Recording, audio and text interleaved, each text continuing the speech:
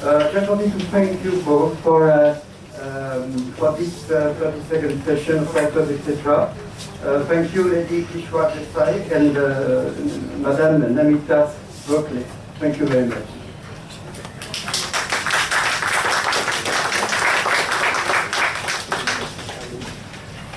Thank all of you for sparing time in Delhi traffic, Delhi busy lives to be here. And I'm delighted to be here on the 32nd talk because I was here on the second talk. So just, it seems a month ago, 30 days ago, but it was maybe 2 years ago, something. And this is such a wonderful initiative and it's a beautiful auditorium.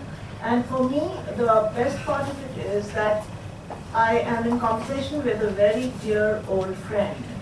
I am Namita Gokhale and I'm a writer myself and a publisher. And I have with me Lady Kishwar Desai, who we just call Kishwar. And we are about the same age. We've had faintly contiguous lives. We've grown up, spent time in Delhi, known the same people, been to the same dinner parties. Until, of course, she flew away to another life altogether. So over the last several years, I've got to know Kishwar better and to appreciate her very particular blend of talent and commitment. I mean, when Kishwar decides to do something, she does it all the way. She's had a varied career, including being a TV anchor and producer for over 20 years. She's worked with NDTV, TV Today and Doordarshan, and she's also been Vice President Zee Telefilms a lifetime ago. So now, Kishwar, you've written plays, you've scripted documentaries, you've had 4 books out in the last 8 years, 4 successful books. May I request you to tell us a bit about your working life and the persona and the landmarks that the author has created over it?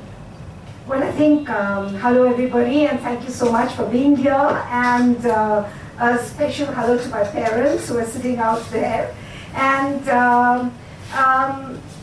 it's a very, as I said, it's a very long story which you guys don't want to hear how I became an author. But to put it very briefly, I started life as a print journalist. I mean, I grew up in various parts of North India because my father was in the police and we were constantly being transferred around. So I changed something like 10 or 11 schools, I can't remember. But it was good fun because I think it ultimately makes you, as we say in India, a very adjustable person. You know, you can adjust anywhere, and that's what I see myself as. So I started with print journalism, but discovered that actually the visual medium was something which had always attracted me hugely. I always had this dream of one day making a film, and but when you're all of 20 and perhaps you've grown up mostly in Jalandhar, and you have a very different view of what making cinema is all about. And so ultimately I took what could be considered the more conservative option of going in for television. But I was lucky that I got a job with NDTV, which was one of my, the first places I worked in. I was also very lucky that, the progression was pretty quick. I was able to do a lot of stuff, even became an anchor and ran a television channel, set up a television. I did all sorts of exciting things. But what I realized was that the real issues that we keep on talking about, the things that really touch us, affect us, I found that television was moving more and more towards celebrity. It was like more celebrity oriented. And that's what people were looking for. They were looking for those 2-minute sound bites from everybody. Like, okay, so, okay, there's a problem. There is, a drought somewhere. So what does so-and-so, what does, maybe Shah Rukh Khan, what does Shah Rukh Khan think about it? Or, it was at times as silly as that. So, it was becoming a little too difficult for me to deal with that sort of thing. And I thought maybe writing could be a way in which I could express what I really felt about certain issues. And around the time, because sometimes everything just happens at the same time, when I quit my career and I joined a publishing house in India, the first book that was given to me was written by somebody called Namita Desai, Lord Namita Desai, whom I'd never met in my life. And I thought, okay, this is very nice. He's a very,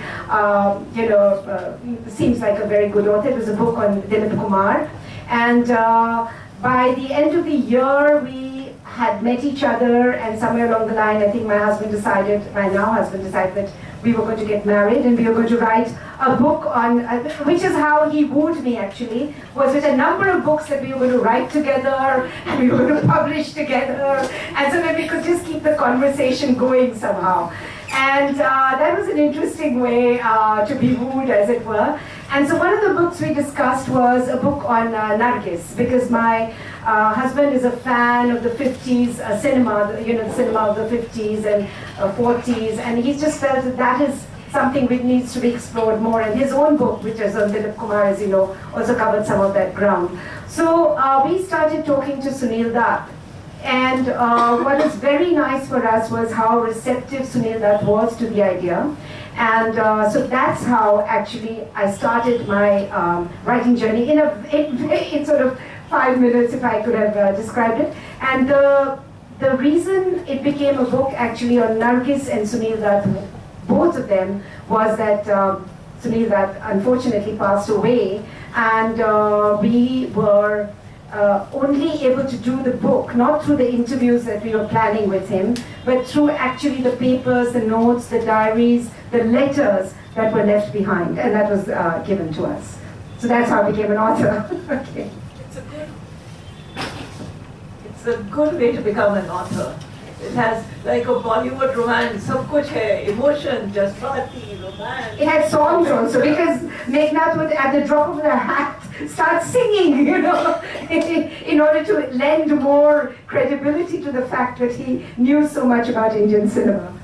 So indeed, to begin with Nargis and Sunil Dutt, what went into the making of the book? Because Darling Ji, the true love story of Nargis and Sunil Dutt, which was, I think, published in 2007, was described, not the book, but the story as well, was described as the greatest love story ever produced in Bollywood. Yeah. And so tell us a little about the book, and maybe read a paragraph or a passage from it, so that the audience can get a sense of this very well-researched book, which brings alive not only the personalities, it's not only a biography, but it's also not a critique, but an inside look at the deeper workings of Indian cinema, which by then, it wasn't Bollywood then, of course, it was still. I think, I started with this rather sort of straightforward vision that I was going to write a book, as I said, on Nargis, and then it became a book on Nargis and Sunil Dutt, because, in a way, we were also very fortunate that we had access to these letters and diaries which they had left behind, which actually nobody had ever looked at. But it was a very difficult book to write, because a lot of the things which were written by them, nobody seemed to know about, because they were both actually, despite the very public persona, very, very private individuals. So it was really, I think my later books, which contain a detective, I think I became a little bit of a detective myself during that journey, because there were things they would refer to, which when I would check with the family, no one had any idea. But what I decided to do was, then, I did extensive research in the Pune archives, tried to get hold of everything I could, went back, started with not just Nargis, but with her mother, who was a very well-established producer, screenplay writer, director, actor, in her own right, Jadan Bai, and then went further back to her grandmother, Delipa.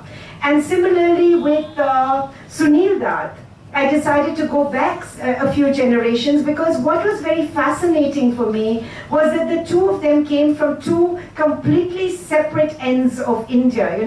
Nargis was born in Calcutta, and then, and into a Muslim family. Sunil Dutt is born in what is now Pakistan, and to a very, very Punjabi kind of a household, and how they meet and how they fall in love in a very dramatic, during very dramatic circumstances during the shooting of Mother India.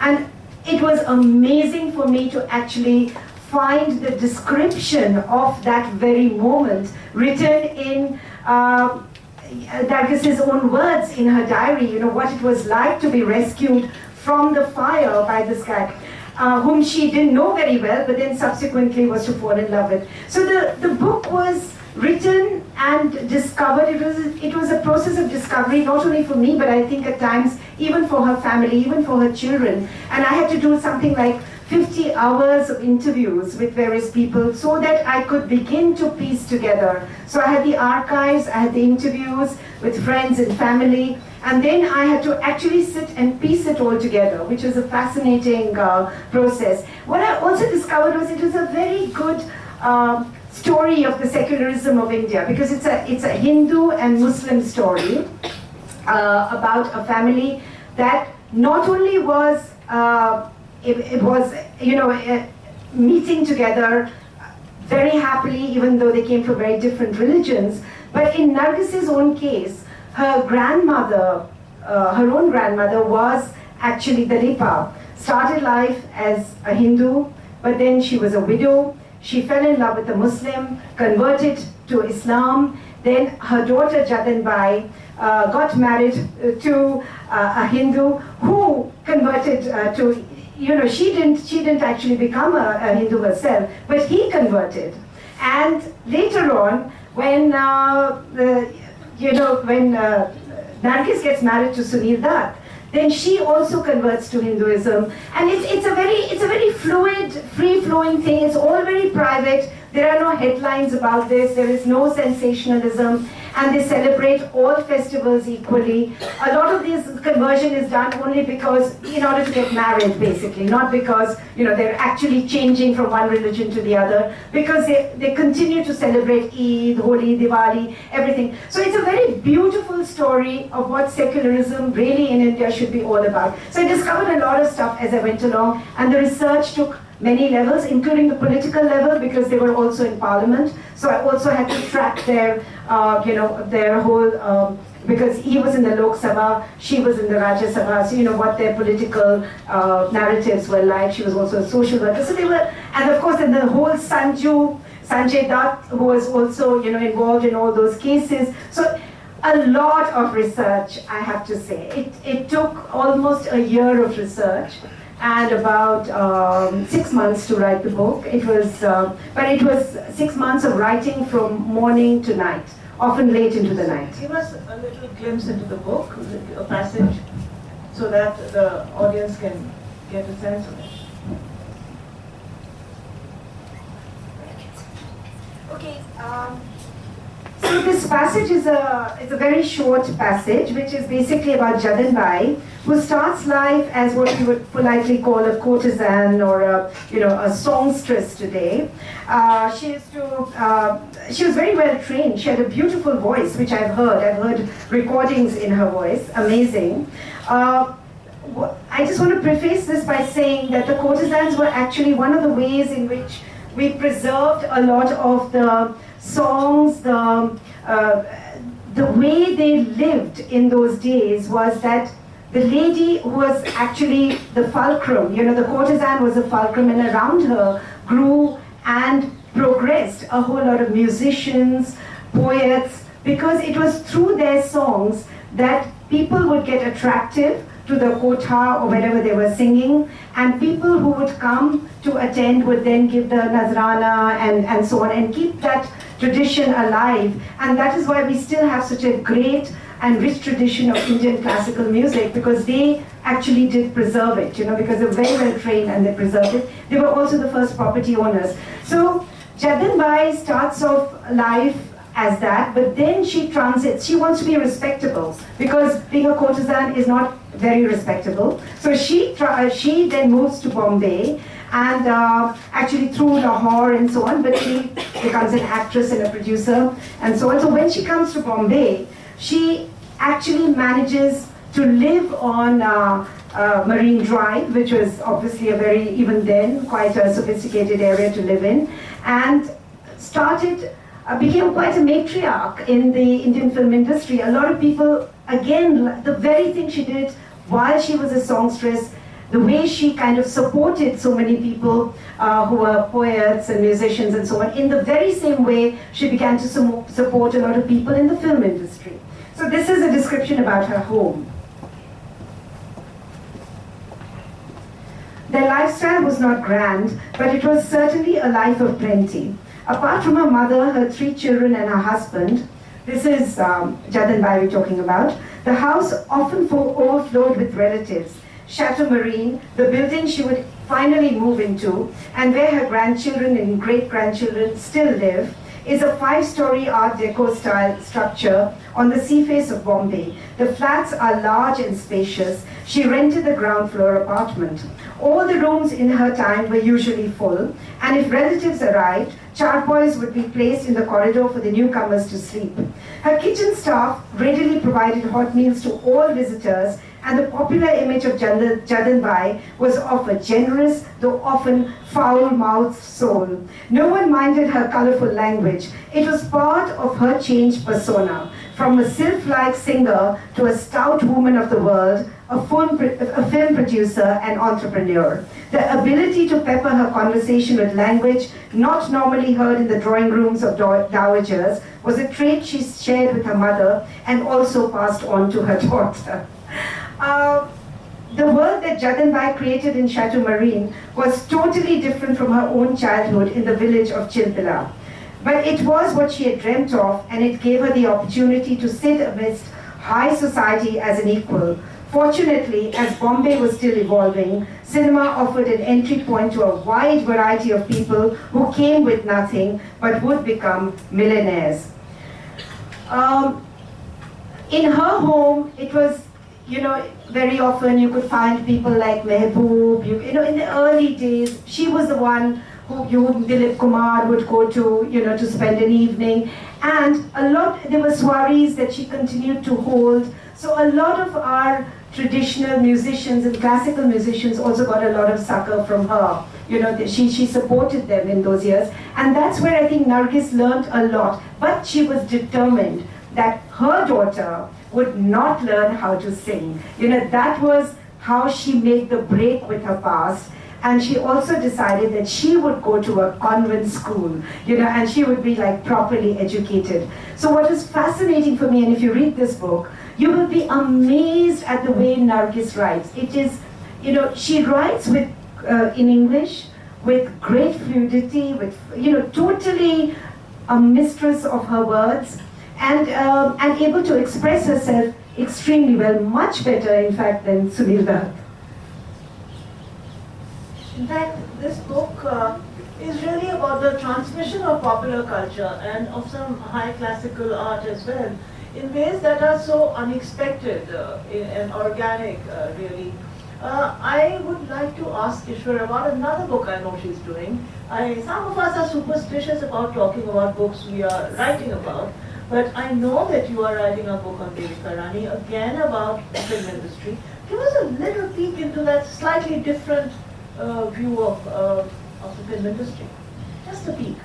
Yeah, I don't want to talk about that book too much. I only to say that's a very different story, because Devika was extremely well educated. She's, comes from the Tagore family, etc., etc. But I think it's going to be a book which a lot of people will be quite, I would say there are things in it which will shock you, which is again what I discovered when I did my book on, when I did Darling Ji, which was about Nargis and Sunil Dutt. I discovered a lot of things which completely shocked me. Like, for example, how Nargis was almost on the verge of committing suicide, when she almost allowed herself to burn in that fire, she used to cut herself and things like that, which is a problem we face today. But that the pressures on the girls those days who were like the golden goose really for their families, who used to be earning for them. The pressures were so high,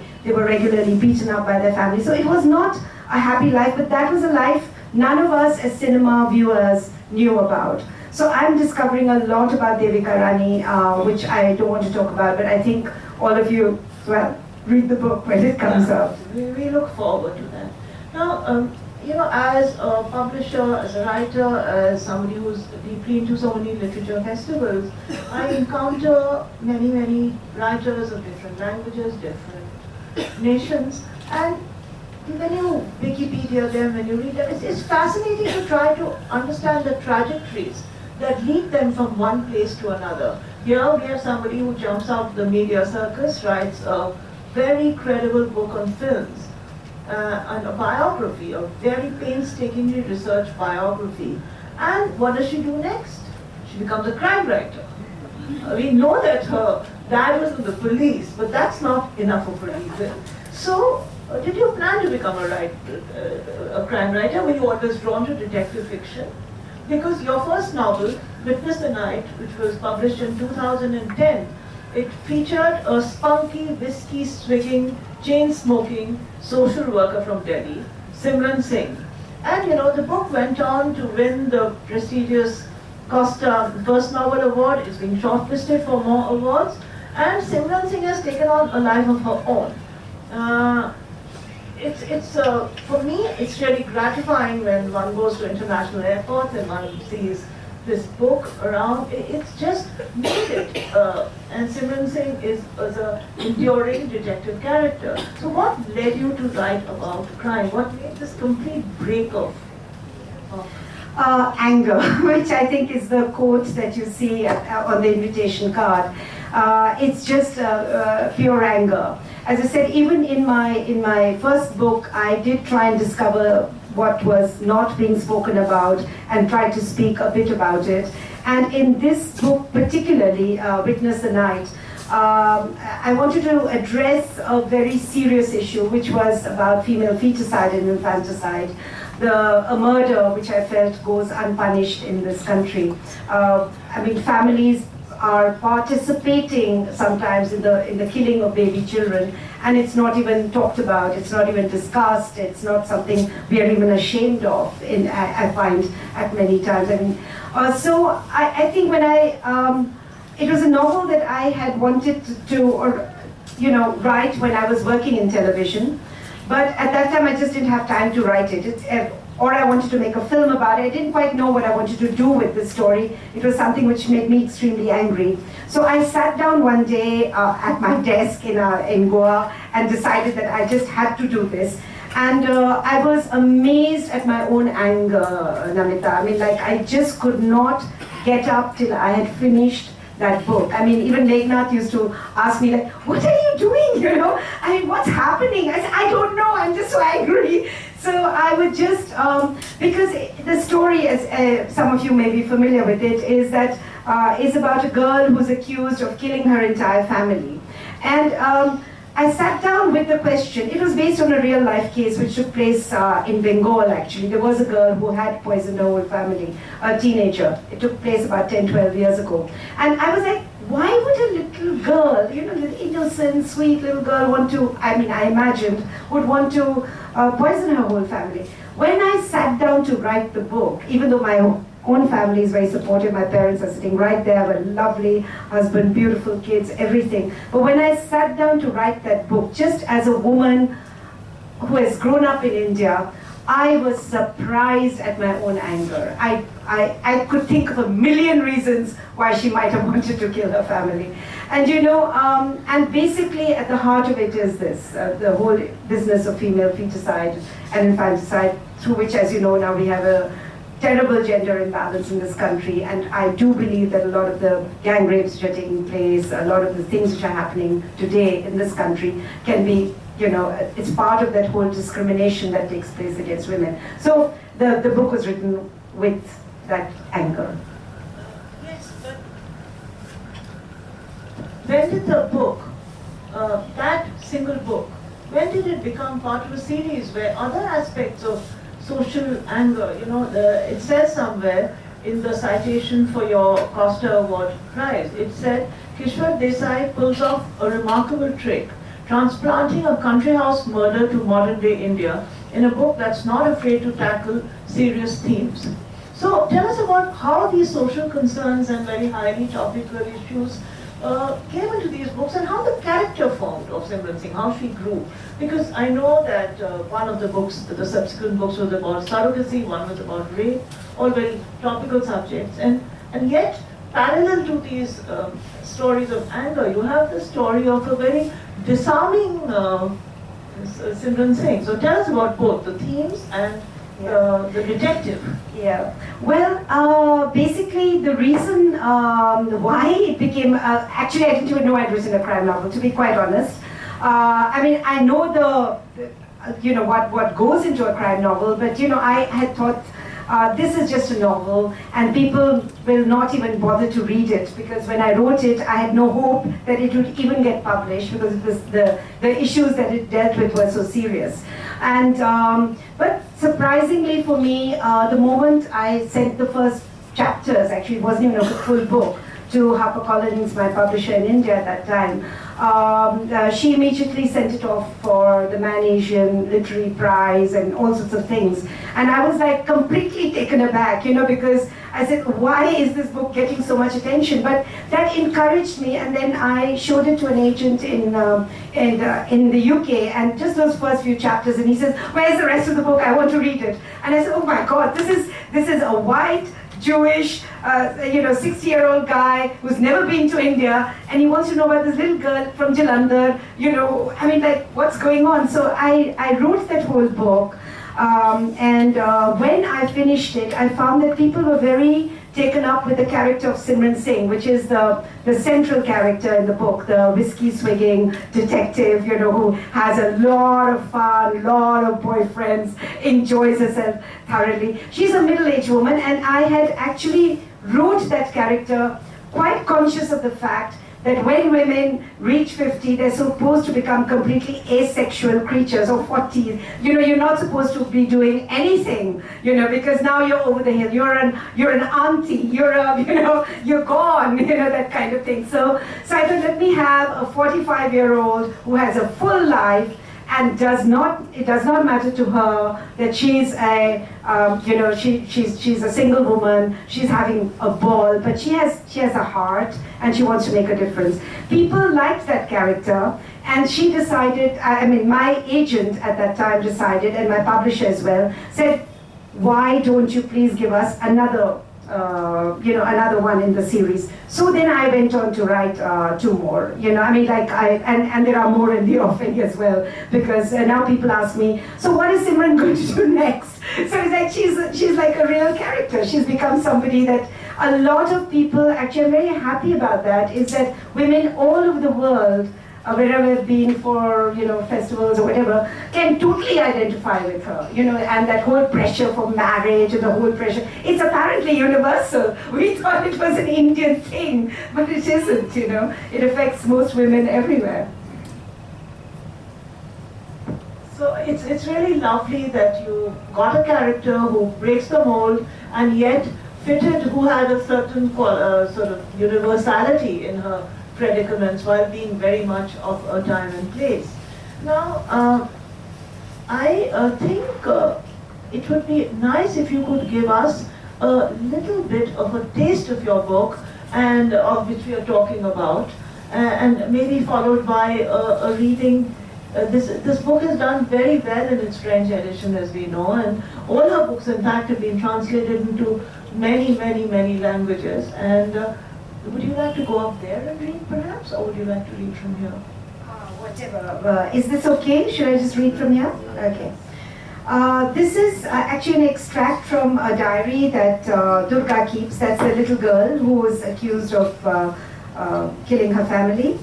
She's in jail, and the social worker has asked her to just maintain a diary, so that, because she's very silent, she doesn't speak, so nobody knows why she supposedly did what she did.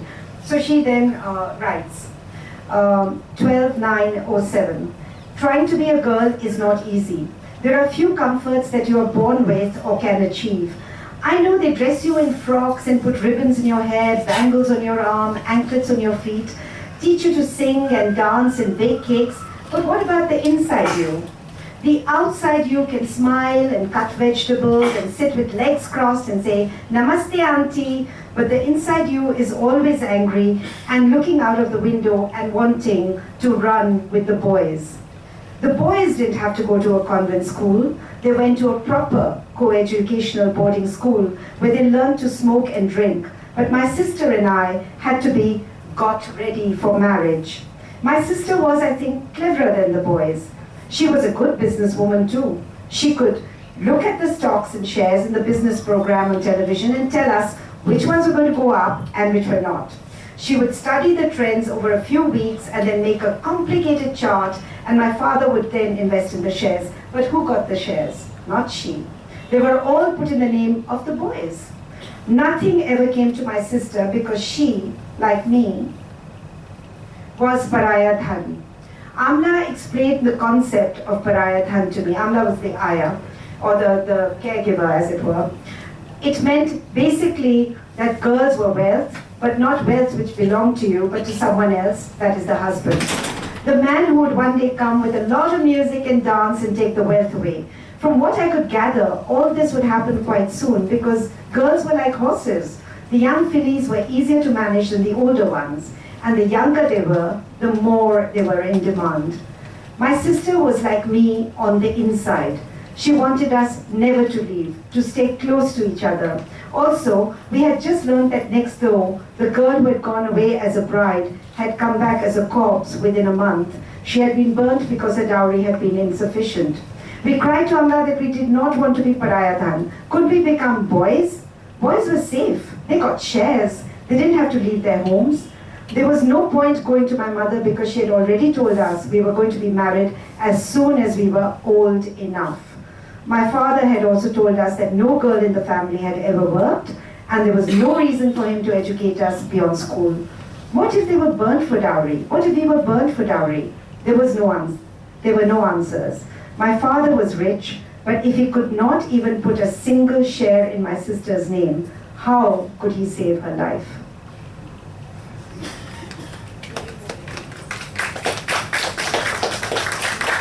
As you said, Namita, this book has been shortlisted for the French prestigious 2014 Grand Prix de la littérature policière.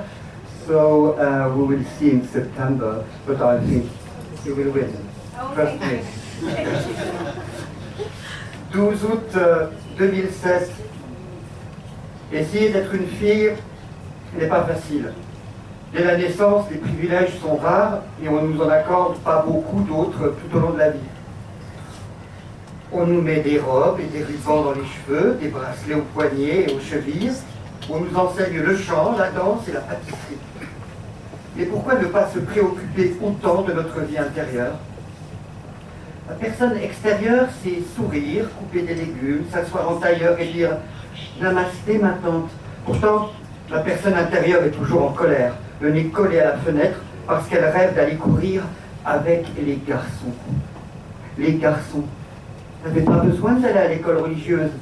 Ils étaient inscrits dans un internat mixte de qualité où ils apprenaient à fumer et à boire. Mais ma sœur et moi devions être formés au mariage. Ma sœur était plus intelligente que les garçons, je crois. C'est aussi une excellente femme d'affaires. Elle suivait le cours des actions en regardant des émissions spécialisées à la télévision et pouvait nous dire lesquelles grimpaient ou chutaient.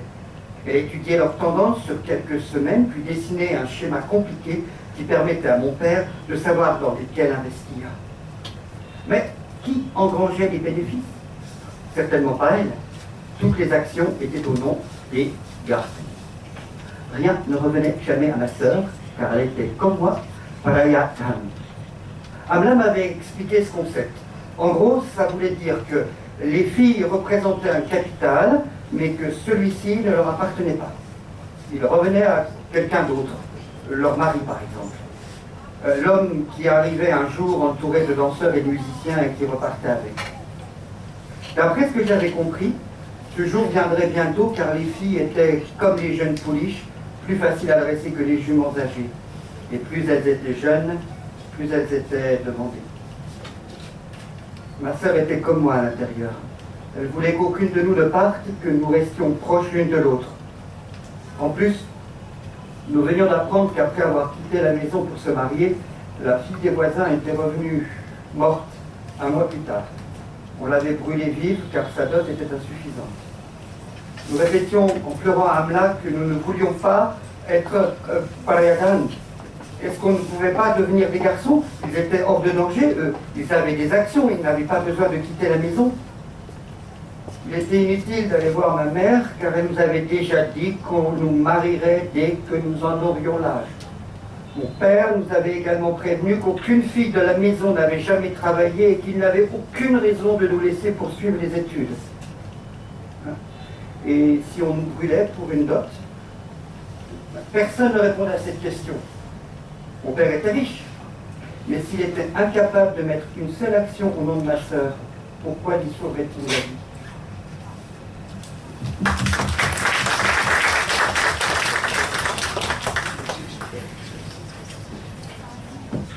So, with the texture of the book still very fresh in our minds, I thought I'll open up for just one or two questions, and then I have several more questions for Kishwar. But rather than just opening it and I could ask some questions, you would ask some questions. It might be a nice way to do it.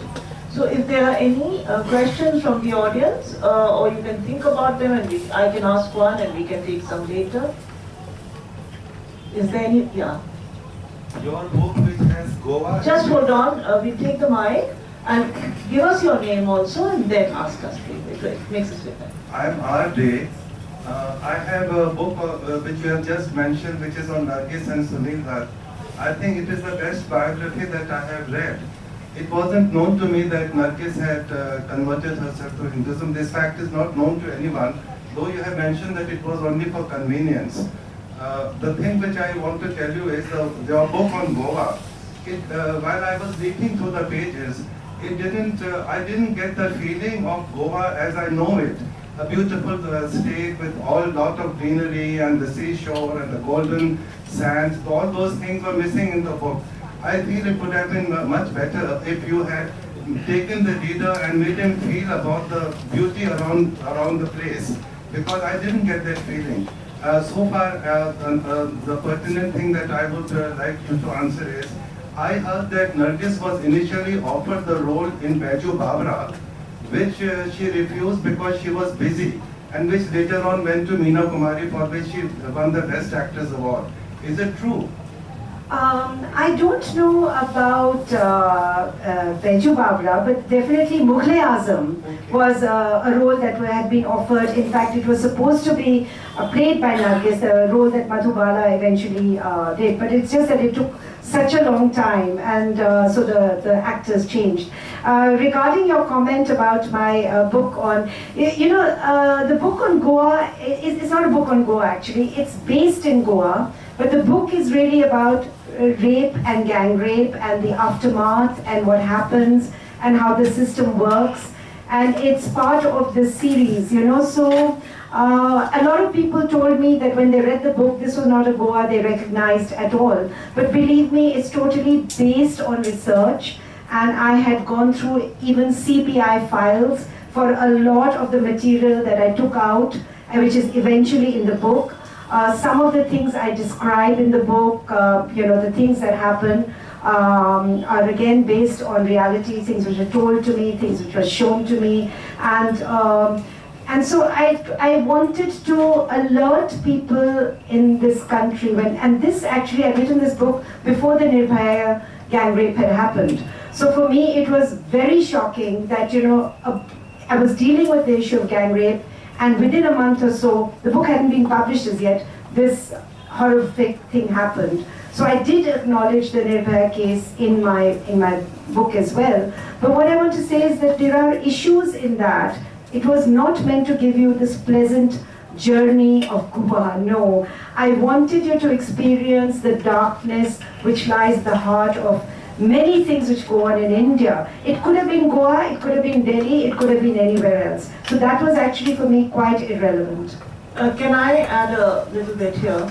I read and appreciated this book, and I'm just coming back. I was in Goa for a long time last month, and I appreciated Goa all the more from a book. because she moved beyond that picture postcard prettiness. And to be frank, even the picture postcard prettiness is getting less every day with the oil slicks. But behind the idyllic paradise of the holiday maker, exactly that same tourist industry and the sinister things like the drug lords and things who lurk behind it. A lot of people I met in Kurdistan, local people, they confirmed with their stories the kind of stories that. So I think what you didn't like about it is possibly one of the best things about the book, if I could have the presumption to say that. And there's another question waiting here, I think. Yeah. My name is Arun Birmani. I am an architect. Hello, Kishwar ji. I have some personal experience of meeting Sunita ji and Nargis, or not meeting them. Not going to talk about it. But what I want to floor you with is, there was Ajanta Arts Film Studio foundation stone laid in June 1969. Not much was heard about that later. Can you enlighten us about that? June 69. You know, the problem is that a lot of these things did happen. I have actually pictures which I didn't use in my book of the laying of that stone, which is I think somewhere in Haryana or some. Yeah. Ghaziabad. Ghaziabad. Yeah, somewhere. That's what I'm saying. But it was not part of my book because I think mine was more of a biography which dealt with their politics, their cinema, etc., etc. And Ajanta Arts, of course, was even if there wasn't a physical studio, it was already producing films. You know, there were films which Sunil Dutt had made already. So, you know, so it came through that, but the physical studio never came up as far as I'm aware. And if I can add one more thing there, you've got to remember, she's a journalist at heart. 2007, if it was written, and then she's done research on 3 more books after that. No, I know, but I know how she feels because I'll share with you that I've written a very nice book on the Mahabharata for children, and so it's in a lot of school courses, and every now and then some teachers ask me to come and speak to these children. And they are these children who are 8 or 9 years old, and I go very confidently, every time I forget, I go there. And they seem to have read it, not only my book, but 100 Mahabharats backwards and forwards. And they ask me these difficult questions, and I just don't know what to do. So, but thanks for adding to that sum of knowledge. I think there's a question in the front row, and then I'll come up with my question again. Yes, thank you. I'm good wonder. Maybe it's a question that you'd be asking your parents. Okay. Because there are other books that you... My parents are there, you can ask them, yes. Because I wouldn't necessarily call your recent books crime books. They're actually social commentaries. But one element I find is the role of the police. So I'm wondering how you dealt with that within your own family. Within your own family. No, I think the kind of police officer my father was very different to the sort of police officers that are who are around today, I think. This is my personal opinion because he was he's sitting right there, but of course since he's retired now, so I'm using the word was, that he was very incorruptible and he was totally honest, etc. So I think my characters, when you come to the police in the book, you will notice, is that even though they struggle to remain on the side of the law that they're supposed to, very often they do slip. And they make a lot of compromises, which certainly I spoke about the fact that we were transferred around so often. And I think that was one of the reasons we were transferred around is because my dad refused to do a lot of things, which were often, he reached the top of his career, but it was through this very convoluted route of being transferred frequently, as you must have heard in the, recently it's happened with Mr. Khemka and the bureaucrats as well. So I'm saying that the police officers in my book are contemporary, probably, police officers who have a lot of pressure on them from politicians, and very often they do succumb. And interestingly, just today, somebody from actually French television network called me to say that why was it at the end of Witness the Night, I'm not going to give away the story, but just to say that why did the cops not just come in and take the bad guys away? Why did that not happen? Because then I said that that is what the reality is in India, is that things, you make a compromise, you find, you do a deal, and that's what happens in cases where very powerful people are concerned. But if you're a poor person, you'll be picked up and thrown into jail immediately. That in fact leads me, it's a very important and pertinent question, and it leads me to my next question, which is, it's a comment and a question, that as Kishwar and I have discussed this before, about how in India detective fiction is a new genre, because there is no accountability in society, and you can't really have a detective novel with the villain watching a belly dance in Dubai, as we say, you need a system that is accountable and a justice system that ends the story the way a good detective novel should. Because there is a social critique implicit in a good novel, a good detective novel. So I want you to tell us a little bit about what you feel about detective fiction, how do you plan to use it, and of course we can talk about our little plan for this January, and about your female detective character. Because there are not so many women detectives around the world, or are there? No, I think there are quite a few, certainly in fiction there are quite a few female detective characters. And as you know, there's been an explosion of detective fiction all over the world, which of course is a subject, I think, by itself. But what I want to also say is that as far as I'm concerned, I do feel that accountability, justice, and these issues are very important. And the reason I'm writing the books as crime novels is because I do want to be able to focus on the social issues and also look beneath and see what are the things that we are all trying to hide. And I think it is through crime, it is through the violence that takes place behind closed doors, very often, that you really see the face of society. So I think these are the things which we need to talk about, but more importantly for me is the whole issue of gender. I think for me, using the crime fiction format and focusing on gender, issues of gender, on what's happening to women,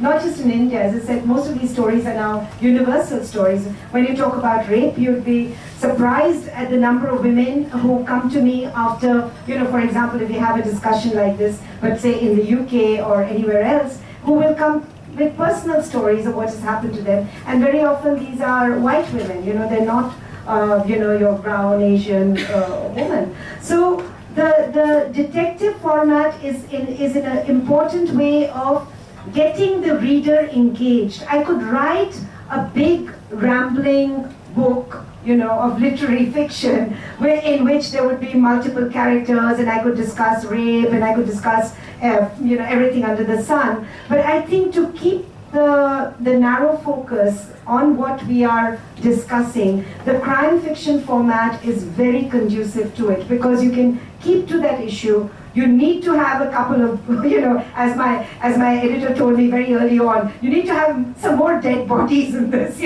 which I'm not, unfortunately, I'm not one of those writers who puts in too much violence in her books and, that kind of thing, because I'm more interested in the issues. So I think, as you mentioned, you may not call them crime novels, but some people have called them social thrillers or whatever. But basically they discuss issues, they can discuss contemporary India and how the world looks at contemporary India, and they also move between countries, like the one on surrogacy. It moved to between India and the UK. So, and so did Sea of Innocence. In fact, the surrogacy book was picked up on a very important subject much before even the media did. I mean, you were ahead of your time with that book.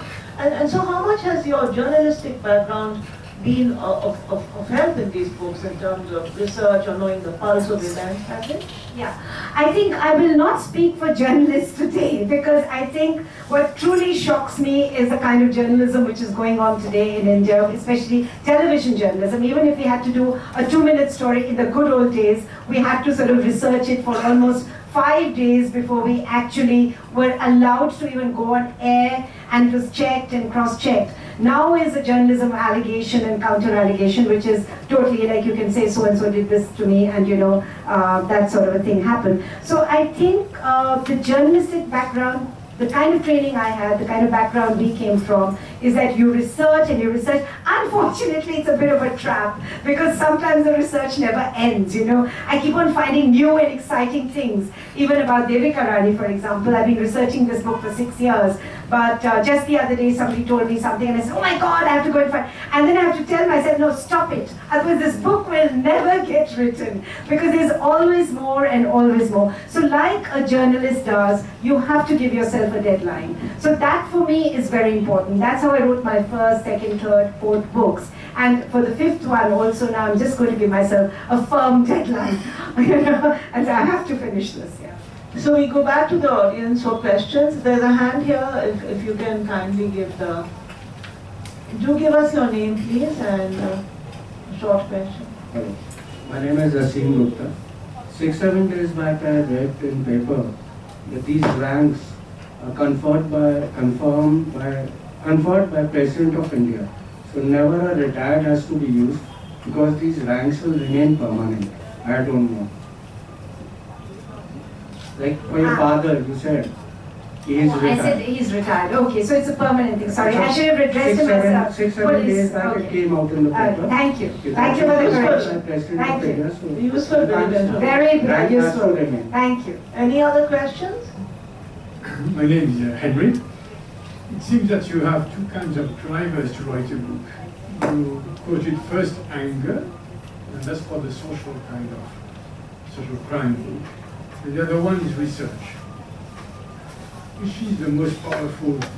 You talk more about anger or feelings around it than the more, I would say, normal kind of. I think there are two kinds of anger. One is that, really what I said initially, which is about what is going on in society.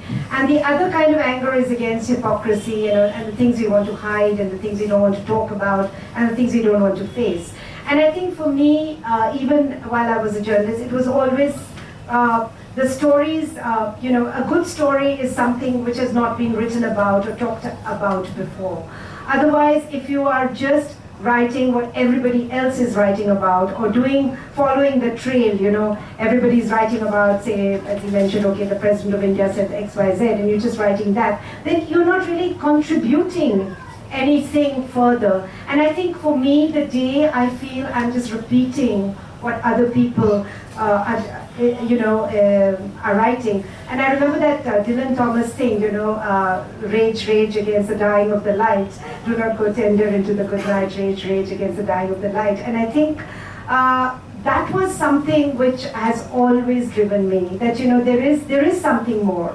There is always something more. You cannot be complacent. You cannot say that I've done it all, I've seen it all, and whatever, so there's a journey, there's a discovery, but at the, your tailwinds are really driven by the fact that there is something more you need to find out about who we are and where we're going as people, as a society. So even if I'm doing a book on Indian cinema, it's always rooted in something which I can unearth, like in the Nargis and Sunil, that book, I discovered this whole contribution of Muslim women, which has gone completely unrecognized till now. That there were so many Muslim women at the origins of Indian cinema who had a major contribution, played a major role. So it's exciting, when you discover something.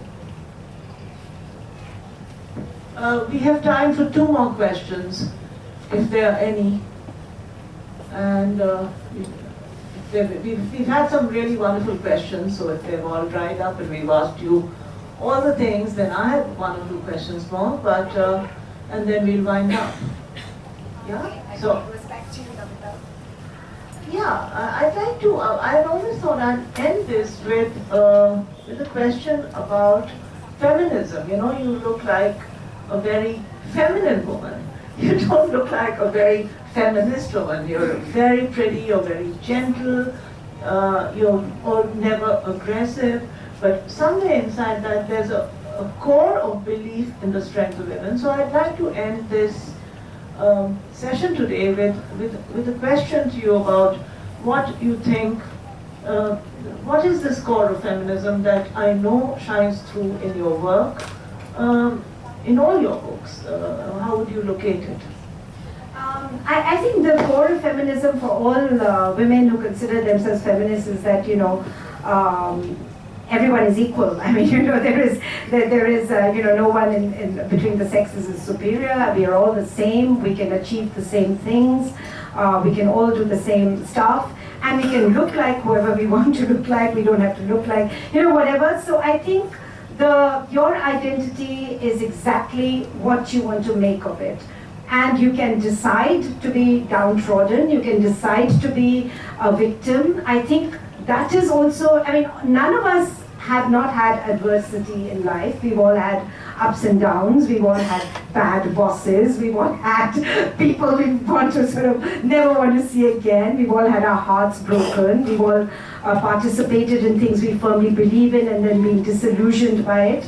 So I think the fact is that if you can personally and of course professionally, in both ways I'm talking about, you can decide to sit at home and cry about it and say that, look, I'm not going to, or you can go out there and do something about it.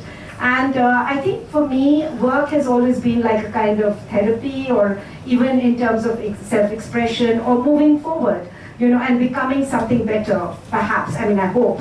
I don't know whether I have or I haven't, but certainly to become a better person than I was and to learn something. So I think feminism, I'm not very comfortable with the isms, you know, with which I think every person as an individual should reach the culmination of their own abilities. You know, they should reach that high point in their lives. Otherwise, why are you alive? You know, you should constantly be exploring, constantly being better, constantly learning, constantly doing difficult things. I'd never written a book before, and I never thought I could write one. And when I wrote my first book, because I was by that time married to a professor whom, as everybody knows, is an intellectual and is a really learned person.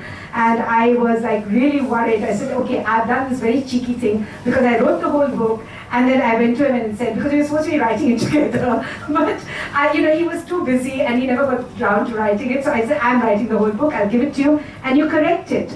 So he, you know, you're a professor, so you please correct it, you know, that kind of thing.